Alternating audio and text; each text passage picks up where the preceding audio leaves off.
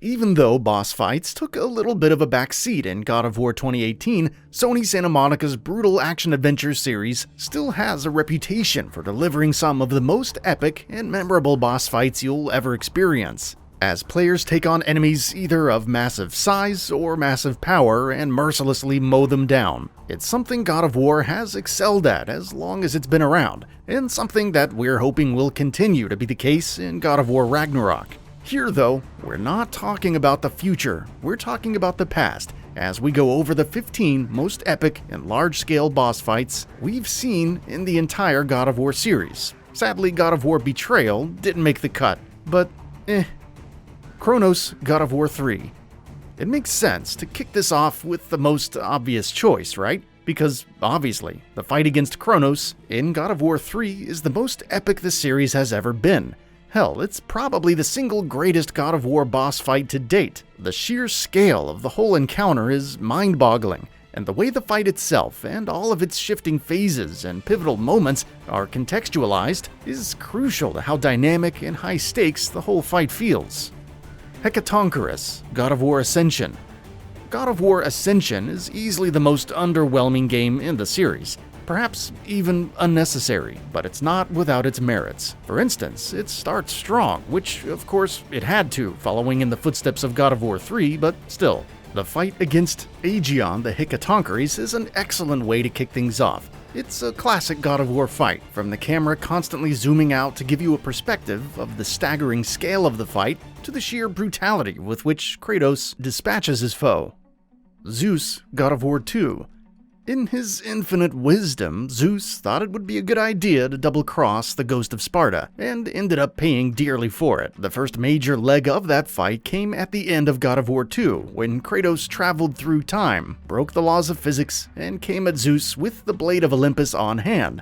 The fight ends in a stalemate, of course, and it's not until the end of the next game that Kratos finally defeats Zeus, but their encounter in the final minutes of God of War 2 is a fittingly bombastic conclusion to the game. ZEUS God of War 3. Kratos and Zeus lock horns for round 2 as God of War 3 comes to a close, and Zeus meets pretty much the same fate as all of his other Greek pantheon counterparts. The fight between father and son, however, is a long and dramatic one, taking different ships across multiple phases, going from a side-scrolling punching match to fighting in the innards of Gaia to the final moment of catharsis as Kratos beats Zeus to death. God of War 3's final boss fight was an impressive, ambitious showcase, which was just the perfect way to end that narrative arc. ERINYS God of War. Multiple sequels and the passage of time have dulled some of the original God of War's impact, especially when it comes to the boss fights, which it didn't actually have a great many of.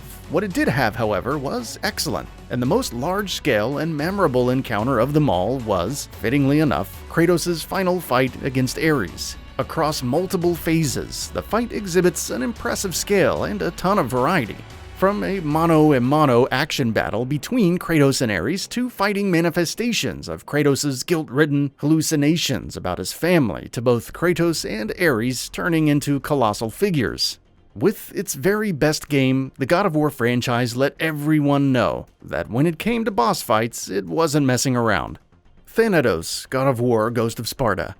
As games developed specifically for the PSP, Chains of Olympus and Ghost of Sparta don't get nearly as much attention as their console counterparts, which is really a bit of a shame, because they're both excellent games, and like any God of War game, they also have really good boss fights. The final encounter against Thanatos in Ghost of Sparta, for instance, is an absolute treat for a multitude of reasons. It's adrenaline-fueled action, the sheer scale of the fight, the narrative context surrounding it, being able to see Kratos and Deimos teaming up against a common foe. It's an excellent boss fight, capping off an excellent game.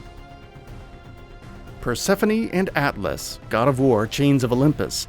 In spite of being probably the shortest and most small-scale mainline game in the God of War series, Chains of Olympus does follow the series' tradition of ending on a memorable note, with a massive boss fight. Upon reaching Elysium, and heart-wrenchingly turning away from the memory of his dead family, Kratos takes on Persephone and the Titan Atlas in combat at the same time. And what follows is a breathtaking, expertly crafted boss fight. No, killing Atlas doesn't compare with killing CRONOS, but that's not really fair. This is a PSP game after all. Considering that, the Persephone and Atlas fight is an impressive accomplishment. ERINYS, God of War, Ghost of Sparta. We have one more handheld God of War boss fight to talk about, and for this one, we'll go back to Ghost of Sparta. And though it's not as memorable as the THANATOS boss fight, it's still an excellent one in its own right. It starts off as a furious one-on-one duel, and keeps on heating up as ERINYS begins unleashing more powerful attacks, before concluding with an adrenaline-fueled QTE aerial and freefall sequence. Typically, Kratos rips her wings off right before killing her, which is always fun to watch. KRAKEN, God of War 2. God of War 2's KRAKEN boss fight isn't a particularly long one, but it makes a strong impression even so, and really, how could it not? It has all the right elements in place. Seeing Kratos take down a massive monster with frightening viciousness never gets boring, and that's true here as well. The Kraken comes at him with all of its might and size and its several massive tentacles, but of course, Kratos cuts off all of those tentacles, and then stabs it through the mouth with a bridge. POSEIDON, God of War 3. When it comes to boss fights, there's no beating God of War 3, and the game's beginning set the tone for the entire game in spectacular fashion. Kicking up right where God of War 2 left off, Kratos climbs up Mount Olympus on Gaia's back, and the first roadblock he faces is Poseidon. The multi-phase boss fight against him is a proper visual spectacle, and the excessively violent fashion of Poseidon's death really ups the ante for the rest of the game. And of course, seeing all those other Titans and Olympians fighting in the background just lends an unbelievable amount of scale to the fight. BALDUR, God of War 2018. God of War 2018 was a much more subdued and zoomed-in, literally game than most of its predecessors, and that meant that it didn't have as many bonkers high-stakes moments as you'd expect from the series. When it did dip back into that side of the experience though, it did so in impressive fashion, and there's no better example of that than the fight against Baldur. Between Baldur and Freya and the reanimated Thamur, there's just so much going on, and the fight combines spectacle and solid mechanics almost perfectly. The Stranger, God of War 2018. Kratos' two big encounters against Baldur serve as bookends to the game, and though their first fight, during which Baldur is known only as the Stranger, isn't nearly as dramatic as their final one, it's still pretty damn epic in its own right. Watching these two super-powered behemoths going head-to-head against each other is an exhilarating experience, from punching massive holes through rocks and trying to bury each other under huge boulders, to ripping up trees and swinging them around like weapons, to literally tearing the earth apart with their sheer strength. Kratos and Baldur are at their destructive best in this encounter. Hades, God of War 3. Reeling from Gaia's betrayal as Kratos restarts his journey to take down all of Olympus, the first major foe that stands in his way is Hades, and Kratos takes him down with appropriately brutal efficiency. And what's truly impressive about this boss fight is that, in spite of taking place in a fairly small and darkly lit arena, it still has an immense feeling of scale. Colossus of Rhodes, God of War 2. Right off the bat, God of War 2 eagerly wanted to prove to players that it was going to be bigger and better than its predecessor in every way, and the Colossus of Rhodes proved to be the perfect boss for that experience. It's a fight that lasts the entire introduction, in many ways with Kratos having multiple encounters and close calls against the Colossus as he moves through the city. Ultimately, once he has the Blade of Olympus, he completely obliterates the mechanical beast, going into its innards and destroying its heart. It's an amazing boss fight that still stands as one of the best the series has ever had to offer. LAHKESIS and ATROPOS, God of War 2.